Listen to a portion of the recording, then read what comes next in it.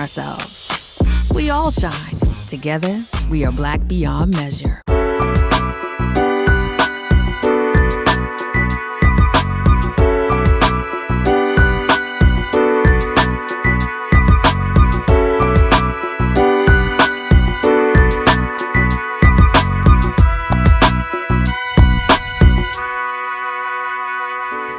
Welcome to A Balanced Life with Dr. Jacquie here at Black Star Network. We are truly moving into territory in area as it relates to balance, where oftentimes we are unclear, uncertain, and without direction. As we are moving into October with breast cancer awareness and then later into November with caregiver engagement, these are the things that happen in our lives that literally throw us off center. They cause us to, really question and pause. Are we prepared and are we ready? But one of the things that I've discovered, as we've all in life at some time or another, some point or another, will be hit or faced with something unexpected. I've discovered that you never really know how strong you are until you're put into a situation, a crisis, or some type of life event that causes you to dig deep, settle down, and focus in on what really matters most in our lives. Today on our show, we're going to be discussing those things. How do we find balance, not only for ourselves, but for our loved ones and those around us? We're joined today by Pastor JT, Mocha Lee, Dr. Tierney, and Stacey Owens. Welcome, everybody. Hello. Hey, Dr. J. This is one of those subjects and times where we say to ourselves, are we ready and are we prepared? In each of our lives, we can equally say that we have either known someone, know someone, or have been in that situation personally ourselves where we get something unexpected. And usually when people hear the C word, the cancer word, everybody just pauses. Like, we literally hold our breath and wait. Like, what did the doctor say? What is it that you need to do? How can we help? And there are times where we really don't know what to do. And the first question that I want to get to today is, how do we ourselves hold it together when we hear of the unexpected as it relates to health? Mocha Lee. Ooh, you're starting with me. I am starting with you. I'm glad you're starting with me, Dr. Jacquie, because since we are talking about Breast Cancer Awareness Month and, the C word, I have to let you guys know that my mom is actually a survivor. Hers was cervical cancer. And I was in college at the time, so I wasn't really around a lot for her treatment. She's still alive, praise the Lord. But I will say what I learned from her is not to panic.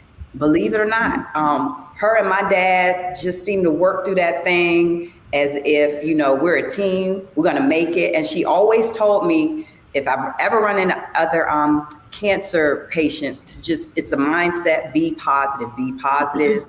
And I said, hey, I'm going to take that and run with it, because over the course of my fitness career, of course, I've had several clients dealing with treatment. And I was right there with them, like surprised that they even had the energy to work out during chemo. Of course, it was low impact. But I would say that hands down, I learned just to be positive through it all, even though it's easier said than done. And also no panicking, no panic. No. Pastor JT. I'll piggyback off of what Mocha said, kind of with a similar story, but the opposite. My father, he is a prostate cancer survivor. And amazingly enough, I always saw my dad as like a superhero figure. But it was when he championed the C word, it really showed me the grit and the determination that I always believed that he had. But one thing that I learned from him was to keep going. Now, being a pastor, I'm always going to suggest that in these moments, you fall back on your relationship with God or with a higher power or whoever you pray to. In that moment, I believe that prayer, meditation, it is key. But one thing that I learned from my father is to keep going. And I remember one day I was kind of angry at him because I wanted him to sit down somewhere. It felt like Jamel was the father and, Arthur Joe was the son. And I just couldn't get him to be still. And he looked at me and he told me, he said, if I slow down, if I stop, he said, cancer is going to get me. And so I say, huh? He said, yeah. Say, the doctor say I got cancer, but I can't let cancer get me. And so he kept going, kept washing his car, kept cutting his grass.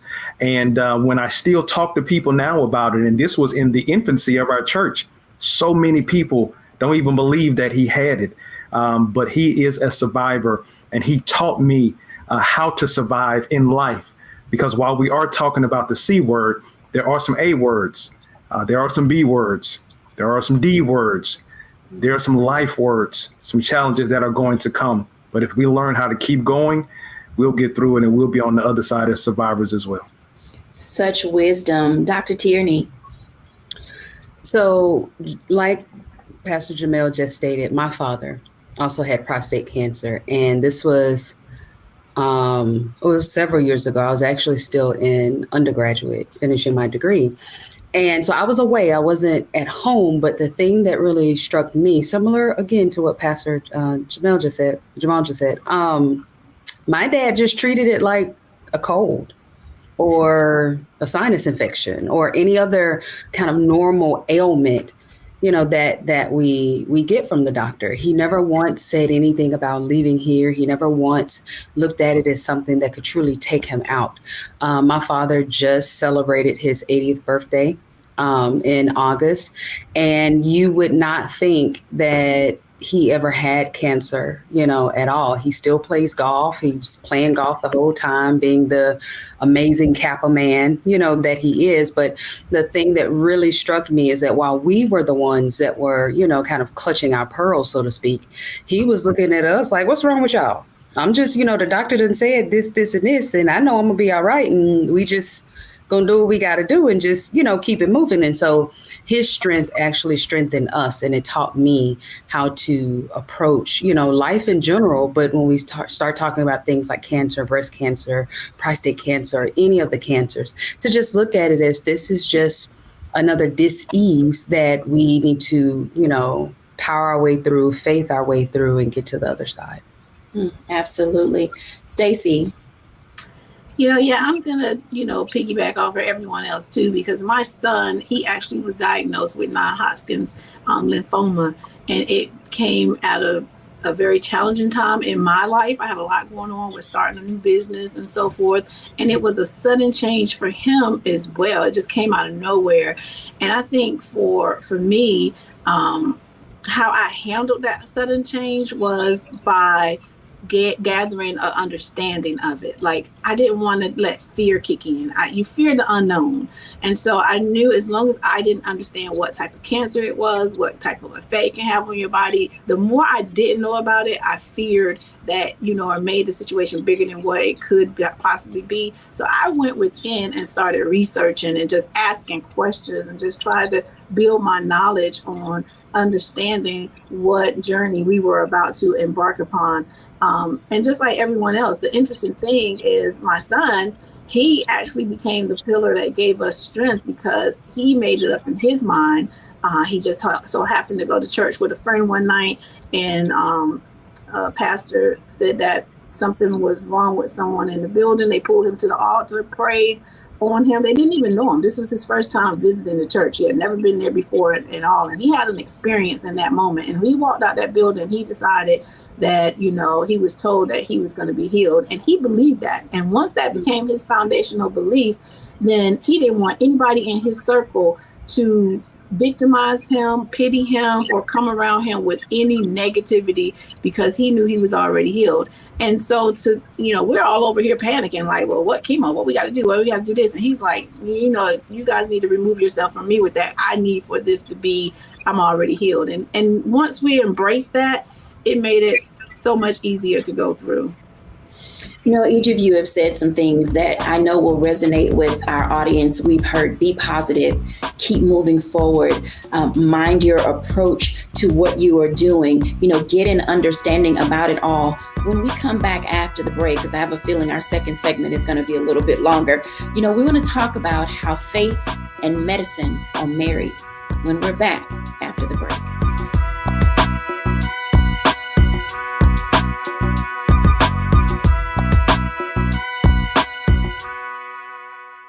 When we invest in ourselves, we all shine. Together, we are Black beyond measure. Hatred on the streets, a horrific scene, a white nationalist rally that descended into deadly violence.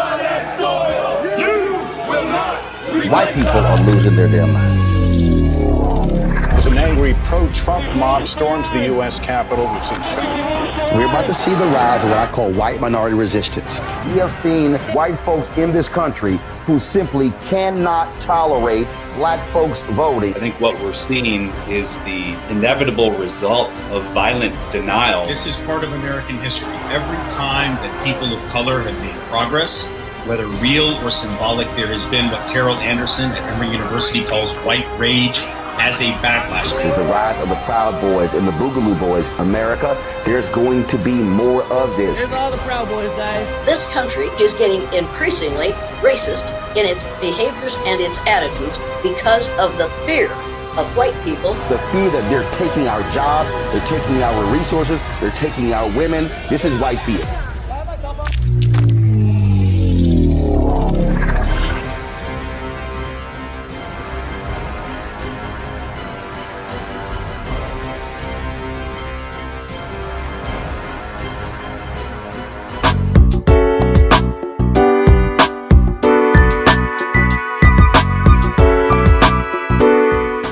Welcome back, everyone, to A Balanced Life. And we've heard quite a few things that help us identify and understand how to manage and deal with those unexpected things in life. And oftentimes we get into that space of trying to figure out how do faith and medicine are married to each other.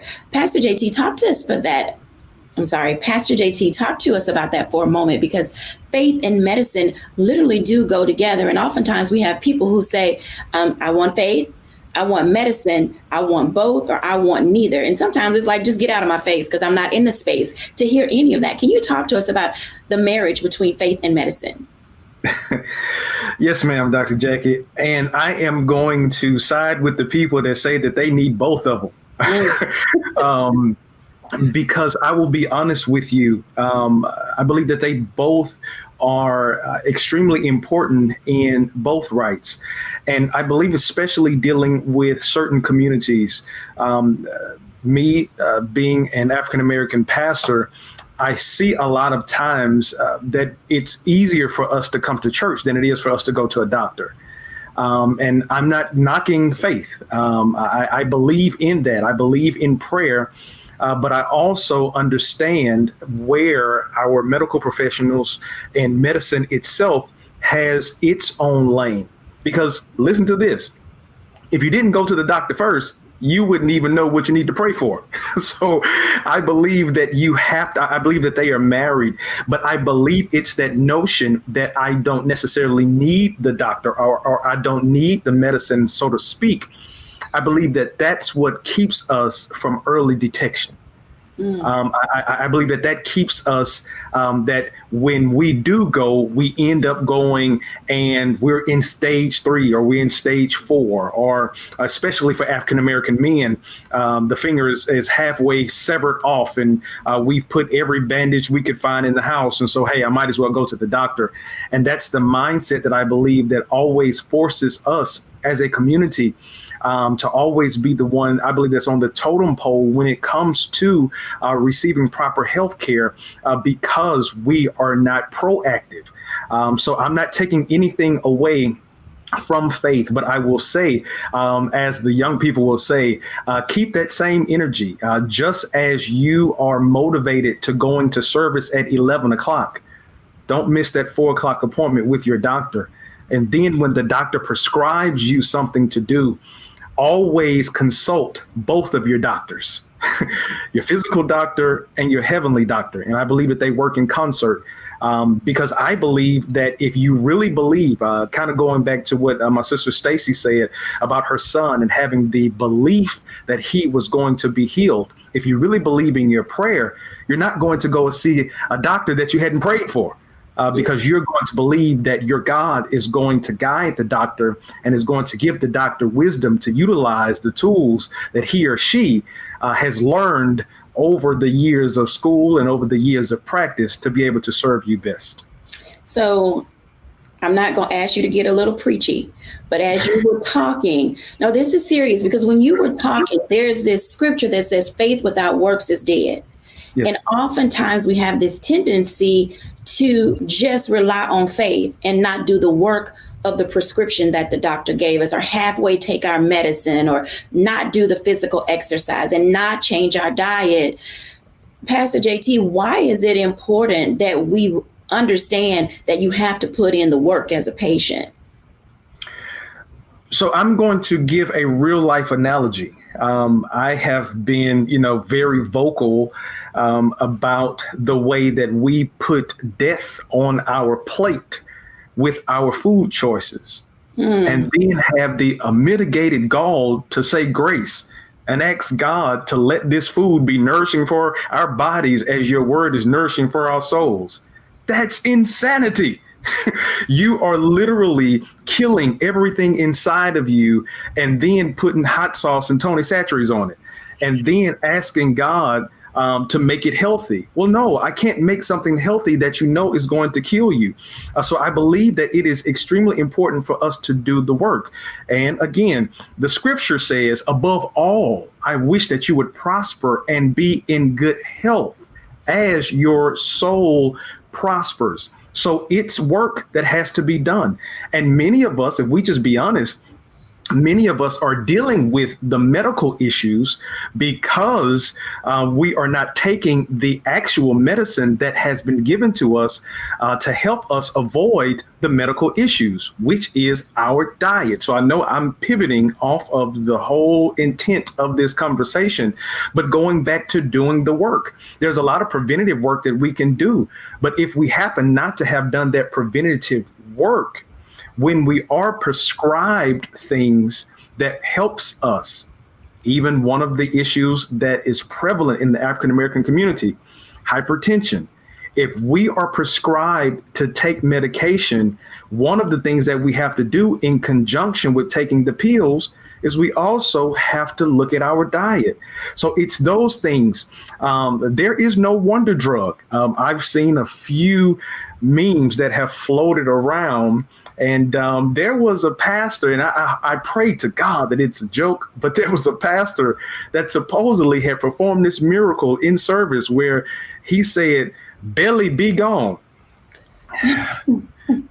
Now, I'm going to be honest with you. God hasn't anointed me with that gift. But if God is giving people the gifts of belly be gone, I promise you, Dr. Jacquie, we're going to take this show on the road, because I know it's a lot of people that would love for that to be the case. But work has to be done for us to achieve the life that I believe that we all have the opportunity to live.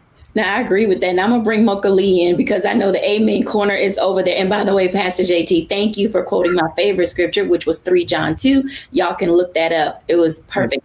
Now, Mocha, this is so true what Pastor JT is saying, because you have to put in the work. Now, a part of this is about cancer and about diagnoses and about sudden illnesses and preventative health. And all of these things can throw us off balance when we have not done our part. Talk to us about the value of physical fitness and well-being in preparation for whatever comes next in each of our lives.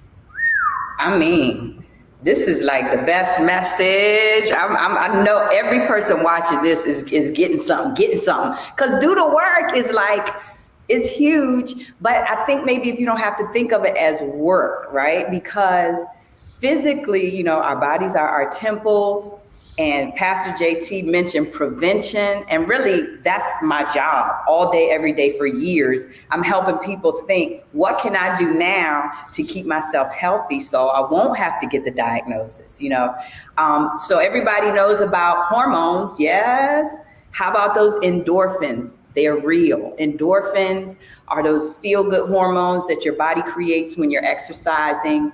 And it's linked to your mental health, right? Mm-hmm. So even if you are someone who's received some bad news about a diagnosis, you're going to have to figure out, how can I keep myself sane through all of this? So believe it or not, even though it might be, not the first thing you think of, you still want to move your body, which makes sense why we heard others attest to the fact that even the people who were dealing with the disease kept moving because it's linked to your mindset. It's linked to those hormones and those feel good endorphins and serotonin and dopamine, and all those hormones are in your body, and we trigger them with movement. So everybody's movement looks different. I'm telling you, most people can at least generally walk, yes. Then you have other people who like dancing and that whole Zumba craze and line dancing. It's movement. I know some people, 2 people in particular, who go up and down their stairs in their big old house because you're still getting your heart rate up, you're still moving. I just hope that people can start to understand that it really is a lifestyle. It really is a decision. When you wake up every morning, you're just thinking, what can I do to keep myself healthy, in addition to making the smart food choices? And that is move your body, move your body. You've got to listen to your doctor, just like Pastor JT said, because if they say get a mammogram, sisters. Go check your boobs because once you find things early, you can catch it, and it's going to be all right. You just don't want to be in denial. You just don't want to feel like, oh, it's yet another thing I have to do. Just, believe that living a healthy lifestyle can work. And even if you have to take baby steps to get there, trust me, you will get there. And even this t-shirt I'm wearing is like a retro throwback from a fundraiser I did, Barbells for Boobs. We were just raising money to try to get more women to get mammograms. And this one was an intense workout. These were like clean and jerks. I don't know if I'm doing that these days. This was back in like 2011, but as long as you're working out and moving, and find some type of fundraiser or cause or walk. Susan G. Komen has plenty of walks. Do something to be active and to grab somebody else in the community and say, come on, let's do this, because we just have to encourage each other. That's really what it's all about. Absolutely right, because we're not in this alone. And oftentimes when we receive a diagnosis of any kind, and especially as it relates to cancers or breast cancer specifically, we do get into that mental health space of saying, oh no, why me? What's happening? What can I do? Dr. Tierney, talk to us about that for a moment, about how to get our mental health in order so that we can deal and find an approach in order to manage the diagnosis that we receive. Why is it important for us to get into that mental health space? I love that you pulled into the mental health piece, because as I was sitting here listening to Pastor JT and Mocha and you kind of have the conversation, something that I always, tell my clients is that, Jesus has done his work. He went on up to be at the right hand of the Father. And so now the way that we see our faith really walked out and, the miracles of things happening, it's through his people. We are the hands and feet of Jesus. So when we are thinking about, faith plus medicine, you have to look at it in terms of like your minister is the hands and feet of Jesus to help make sure that your soul, is in good health. The physician, the MD, they are the hands and feet of Jesus to make sure that your physical being is in good health. And then take us, the coaches and the therapists, we are the hands and feet of Jesus to make sure that your mental health is where it needs to be.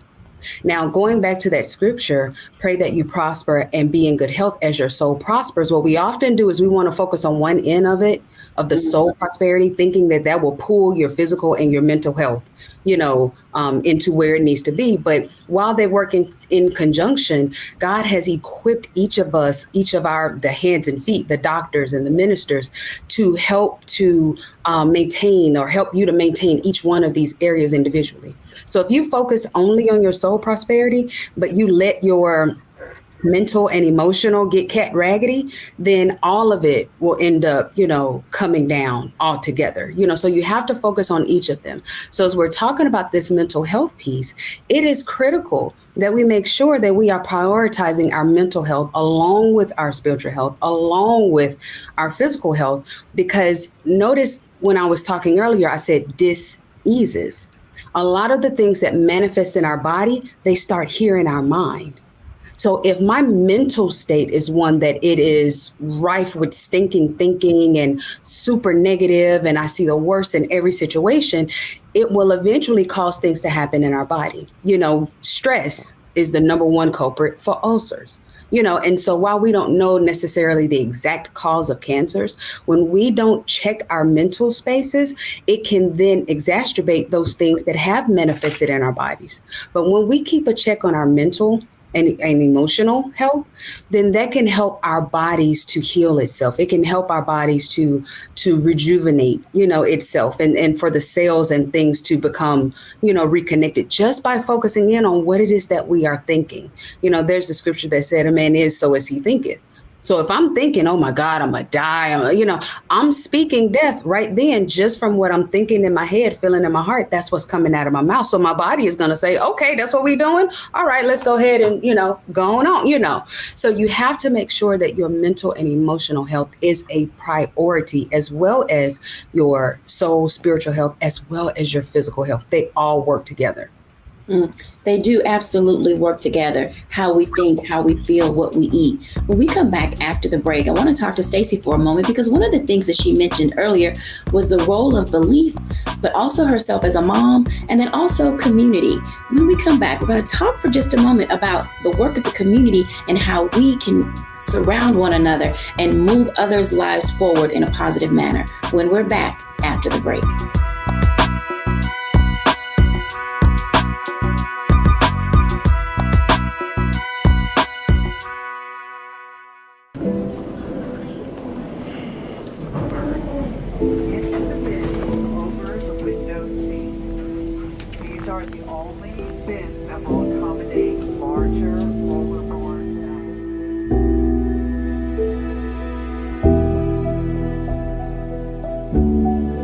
Put 10 in here? 10, and you don't come out until you die. And you eat him, you hoop 10. Oh my God.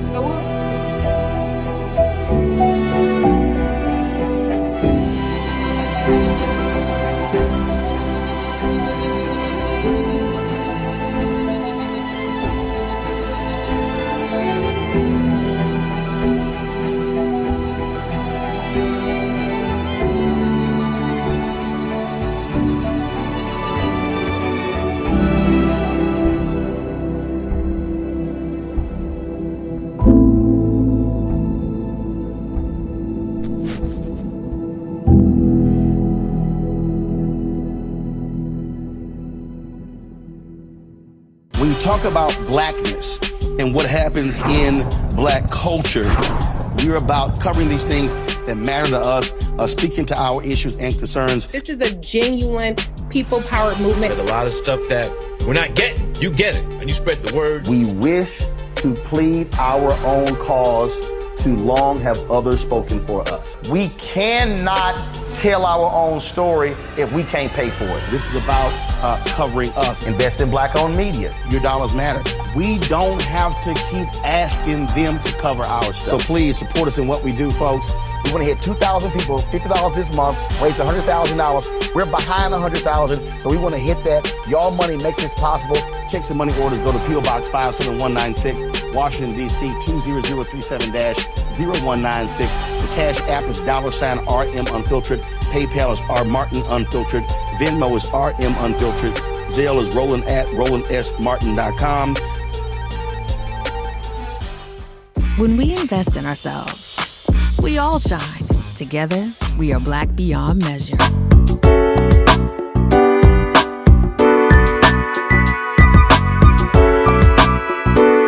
Welcome back, everyone, to A Balanced Life. And as you can tell, our heart often drops when we hear certain things and we're in that space of the unknown.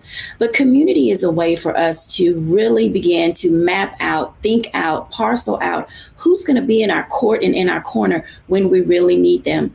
Stacey, I want to talk to you for a moment because you mentioned something earlier about how your son with his friends went to church. And that is a part of community and not necessarily church, because not everybody that watches our show goes to church, but having friends and people in your space that identify with what you're going through. Why was that important, not only for your son, but for you as a mom to identify and say, my son is not going to be going through his diagnosis alone? So you're right. Everyone doesn't necessarily go to church. And at that stage in my son's life, he wasn't one that typically went to church. But God has a way of bringing to you just what you need right at the time that you need it, if you can only be open to it. And so his friends came in, and this was right early on when he got the diagnosis, and he was trying to process, the changes that was going on in his life. And so they just invited him to go to church. And for whatever reason, in that moment, he decided to take the invite. And when he went in, it was a different experience for him because, one, it wasn't a church that he had typically visited before. And then that whole coming to the altar, being prayed for, and he was trying to figure out how did they even know, and that whole thing.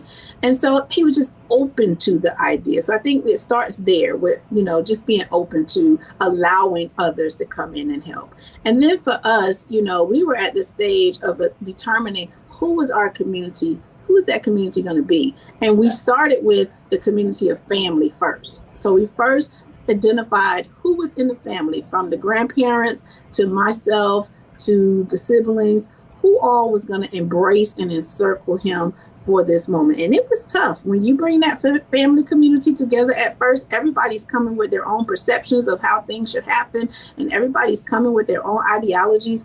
And, me as the mother standing in the middle of it, I had to say, let's just stop and listen to what Zachary feel his needs are.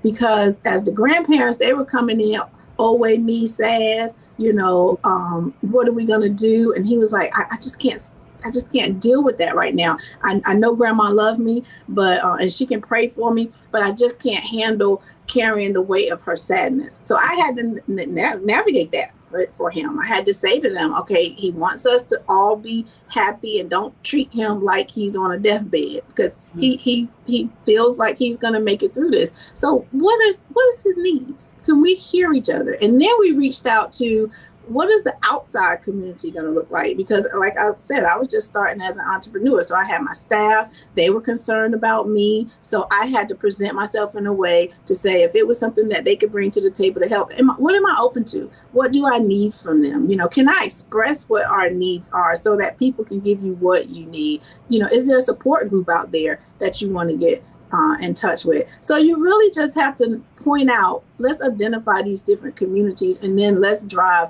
how our relationship is going to be with them.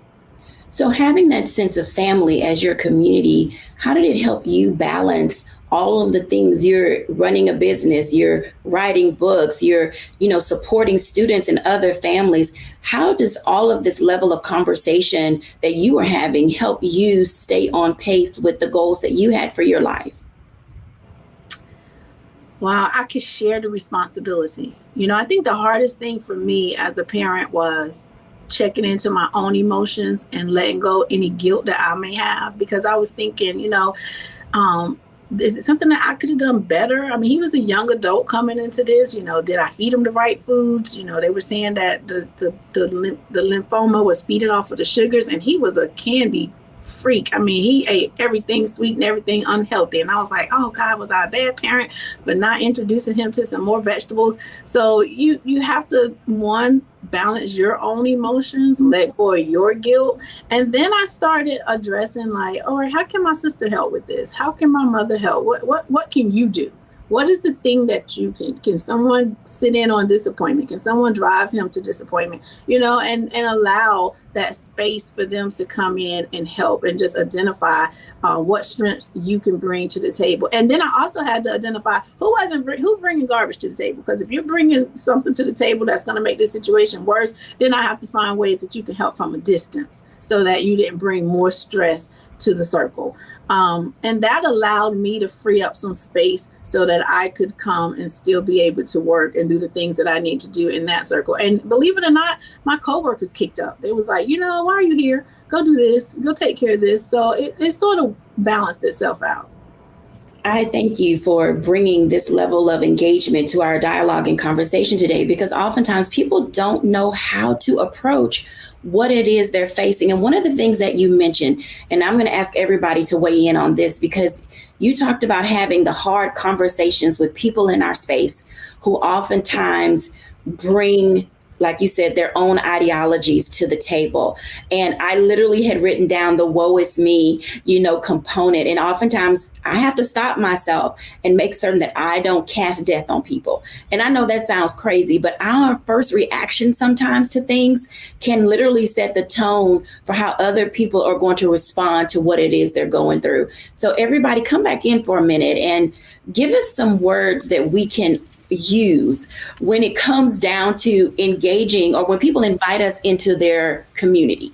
I think that's a great way to start this conversation. People will invite us into their community because we're in their sorority or fraternity, we're in their, fitness group, we're on Facebook together, we're in all of these things together. And oftentimes people share with us. What are some of the positive things that we can say to individuals to let them know that we've got their back? Mocha Lee. So I'm thinking of one client of mine in particular who, she's a mover and a shaker, just like everyone on this panel, just like a lot of my clients. The reason they come to me for fitness appointments is because they simply can't fit it in their schedule unless we have the appointment. And because she was a school administrator, I think at the time she was a vice principal. She knew she had an important role, but I think she was addicted to that role. And she felt like she always had to be busy and she always had to be, constantly on the run. And every time she came to see me for an appointment or for a workout, I say, hey, how's your day? She's like, girl, I'm so stressed. I'm stressed. It's stress. So one thing I had to do with this particular client is I just told her straight up, please don't say that word in this gym anymore. Because I honestly feel like it's just a negative thing for your body. It's a negative thing for your mind. And, again, I have to be the accountability person for a lot of my clients. And so I said, let's just not even say the word stress. And believe it or not, it was very difficult for her to do that.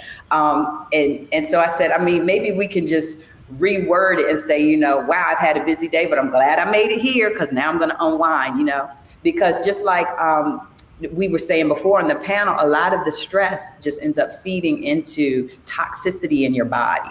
So, that's just an example that just came immediately to my mind because I just never thought that would be my role as a trainer is also just to remind people of the mental connection there. And then always on the positive spin say, all right, come on, y'all, we got to get ready and train for the race, for the 5K, for whatever event we're going to do in honor of, a fundraiser or something to bring awareness to a cause. Absolutely. And then that gets people going like, oh yeah, I got to get ready. Let me go. It takes those levels of positivity. Dr. Tierney. So I think for be it you being invited into someone's space who may be dealing with an ailment, or if it is you that is the person that's dealing with the ailment. I think what Stacey said her son did is critical here. He set the tone. He said, this is how I feel, this is what I think, and this is the way that it's going to be. So if you're the one that has just received the diagnosis, then the onus is on you to set the tone to say, hey, I'm going to live. This is what's going to happen. I don't want any of this around me. Another word for this is boundaries. You set the boundaries for how you want to walk this journey out. Now, if you are the one that's being invited into this space or, a loved one has just received a diagnosis, then it's your job to take your cues from them. If they are speaking life, well, then you have to check whatever that might be that you might be feeling and take that home with you. Don't say it in their presence. Don't talk about it in their presence. Take that home with you, deal with it in your space. Don't bring that into their space, and try as best as you can to mirror, not just like in a fake way while you're present with them, but to mirror that positivity and to bring more positivity, to add to the positivity to help them through this. So I say just reflect what it is either that you need or reflect what it is that the person that you are supporting, what they are telling you that they need. When we come back after the break, I want to continue on this topic or this particular level of conversation, because working in concert with community is one thing, but becoming a part of the community is something else. And it is a privilege. You hear me well now. It's a privilege to be invited into someone else's space when they are going through their suffering. When we're back after the break.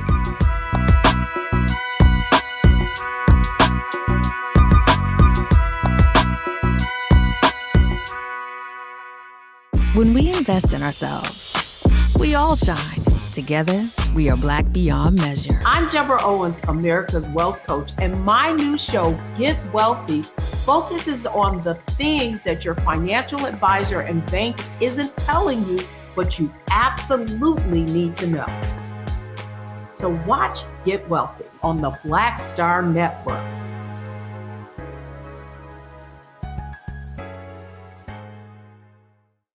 When we invest in ourselves, we all shine. Together, we are Black beyond measure.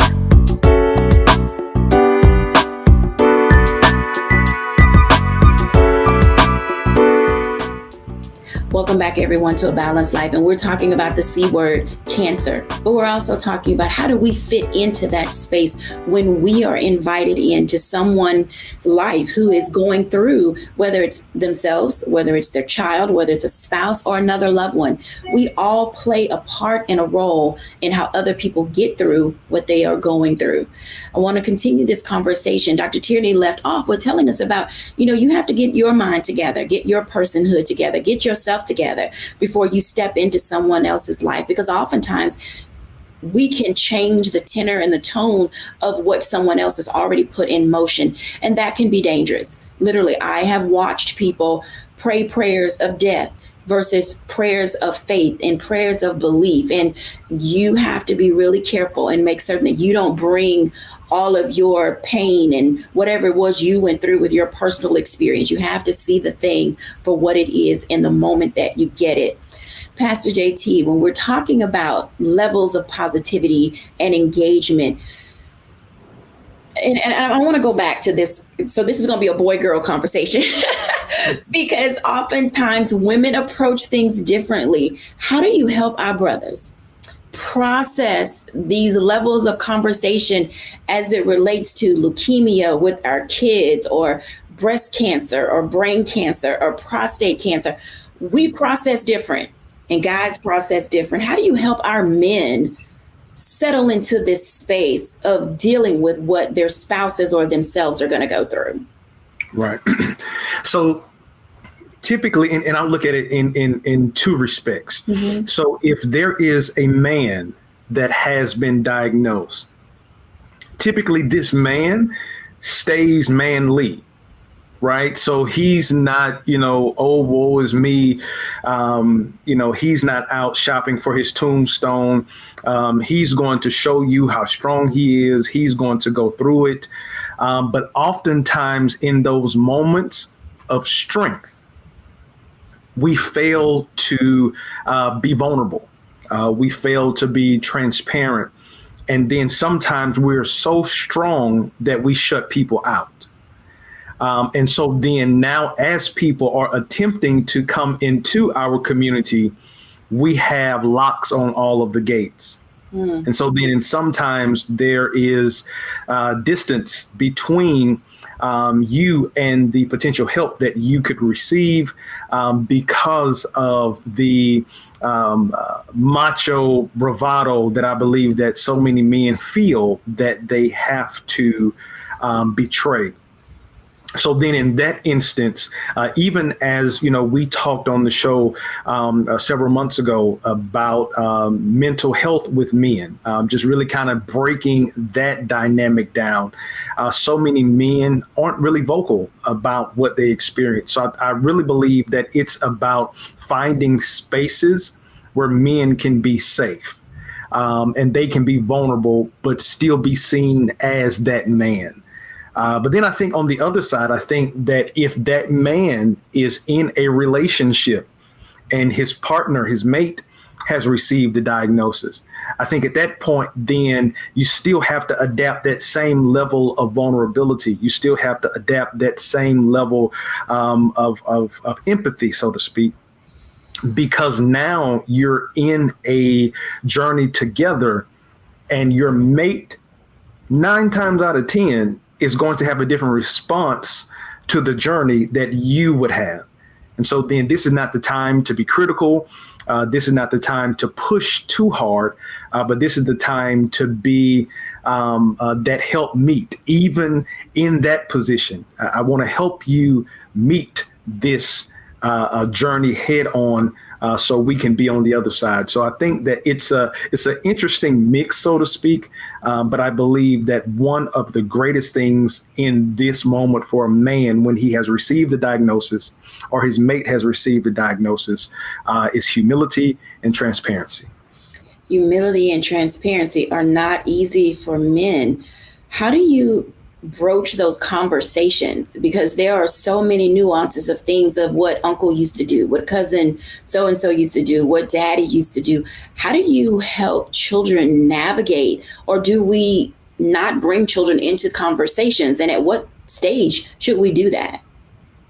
And, this generation, believe it or not, they are so wise. I mean, they are so intelligent. And I think, and this is just me from my perspective, and as I've seen, there are so many fights that we saw growing up that we didn't know was a fight. So we didn't even know. We just learned kind of, oh, wow, you were going through that? Wow, that was a struggle. But I think now in this generation, we have all, as parents, we have all accepted the notion of communication. It's not going to kill you. Talking to your children, letting them know the journey that you are on very well could be one of the greatest lessons that they will ever learn. I never forget this. My brother told me this years ago. Or matter of fact, when I was a teen, he said, Jamel, watch how you live. He said, because you may be the only Bible that a person will ever read. So as we're going through our journeys and as we are finding our faith and tapping into a strength that we didn't know that we had, this is an amazing opportunity to be a life teacher in front of our child. Because the worst thing that could ever happen is I went through a lesson and had to take the test and I barely passed. But because of my refusal to communicate to my child and give them the cliff notes, they go the same test and they may end up flunking. Wow, such insight. I want to invite everybody back in because I'm thinking as we're, wrapping up this block, there's some words of encouragement that we probably need to give to our audience. Every now and then we do have a show that's a little heavy, and this may have been leaning on that side. So if you had to give a stay, what would you say people to stay doing or to stay with or to stay at? Because oftentimes people have a tendency to want to give up and give in and throw in the towel because I can't take it anymore. So what are some of the things we want people to stay? Mocha. I would love everyone to stay in the space of giving themselves grace and being patient with what they're going through, because naturally you're going to feel feelings of frustration and confusion, but just allow yourself to process the feelings and just stay giving yourself a pat on the back for just making it through another day and just go day by day. Absolutely. Dr. Tierney. Stay vigilant. After you get done giving yourself the grace, and I'm all about grace. I give myself a ton of grace. And you feel what you feel, keep going.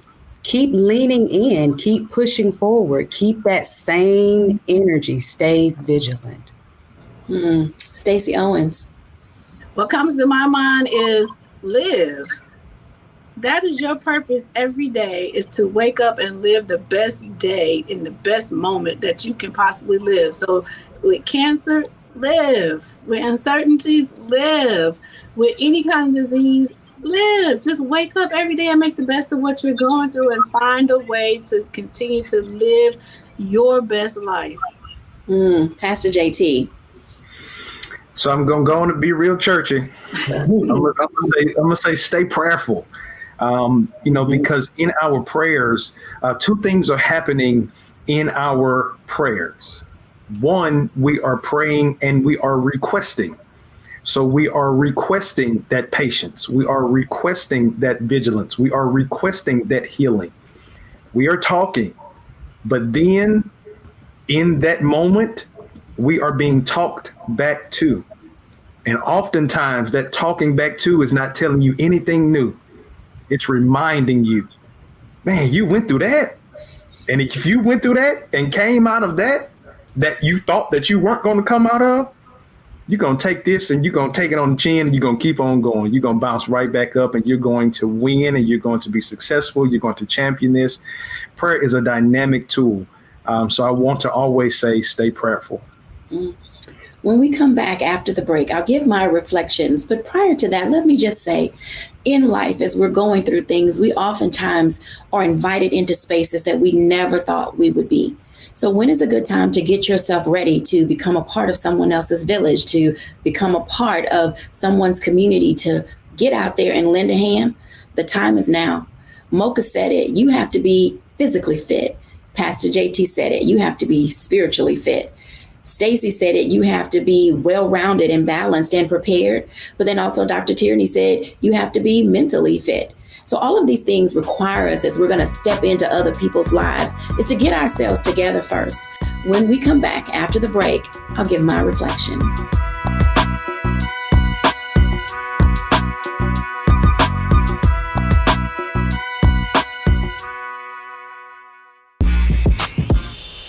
When we invest in ourselves, our glow, our vision, our vibe, we all shine. Together, we are Black beyond measure. Folks, Black Star Network is here. Hold no punches. I'm real revolutionary right now. Support this man, Black Media. He makes sure that our stories are told. Thank you for being the voice of Black America, Roland. Stay Black. I love y'all. All momentum we have now, we have to keep this going. The video looks phenomenal. See, this difference between Black Star Network and Black-owned media and something like CNN. You can't be Black-owned media and be scared. It's time to be smart. Bring your eyeballs home. You dig?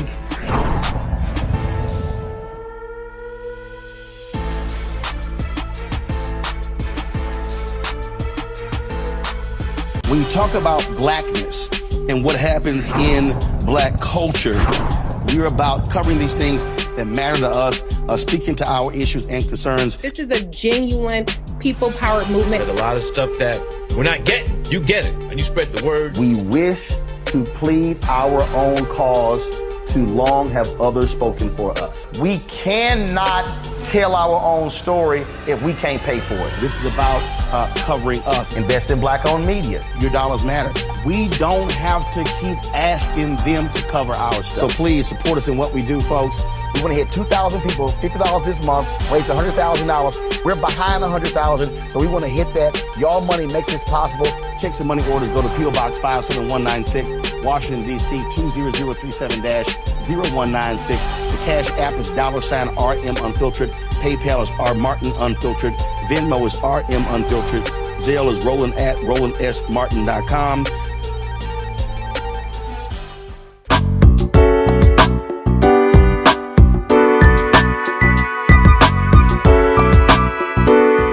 Welcome back, everybody, to A Balanced Life with Dr. Jacquie. And our contributors have really shared with us today some great tips, some tools, some wisdom keys for you to put into your balanced living toolkit.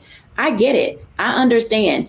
We oftentimes are caught off guard when we do not know what's coming next. The fear of the unknown is real. We all face it every day, whether it's things that are happening in our homes, whether every time we pick up our phone, every time we drive in our cars, there's always something that catches us by surprise. I know, I thought we had all gotten to that place where nothing would catch us by surprise. But let me just say, each and every day you are going to be challenged. But coming alongside that, you're also going to be requested. You're going to be called upon. You're going to be asked to sow into, pour into, give into the lives of other people. And as you're thinking about how you will do that, I want you to also consider, what if the diagnosis was yours? How will you be in that space to allow other people in? I know y'all. I used to probably be one of y'all. I can handle it. I can do it by myself. I don't need anybody else. But sometimes our greatest healing comes from what we've already heard: being prayerful, being honest, and being vulnerable. Thank you for joining us today. And I hope that in some way, something we have said or done will cause you to say, I am capable and I am able to go through whatever I have to go through in order to get to the best and the balanced life that is for me. Thank you for watching. Bye now.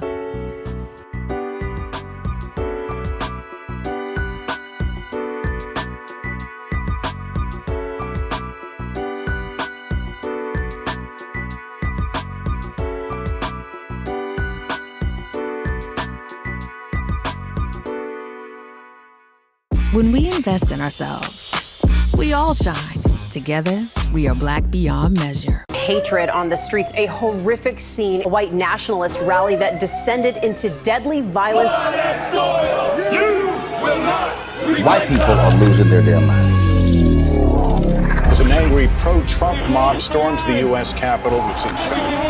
We're about to see the rise of what I call white minority resistance. We have seen white folks in this country who simply cannot tolerate black folks voting. I think what we're seeing is the inevitable result of violent denial. This is part of American history. Every time that people of color have made progress, whether real or symbolic, there has been what Carol Anderson at Emory University calls white rage as a backlash. This is the rise of the Proud Boys and the Boogaloo Boys. America, there's going to be more of this. Here's all the Proud Boys, guys. This country is getting increasingly racist in its behaviors and its attitudes because of the fear of white people. The fear that they're taking our jobs, they're taking our resources, they're taking our women. This is white fear.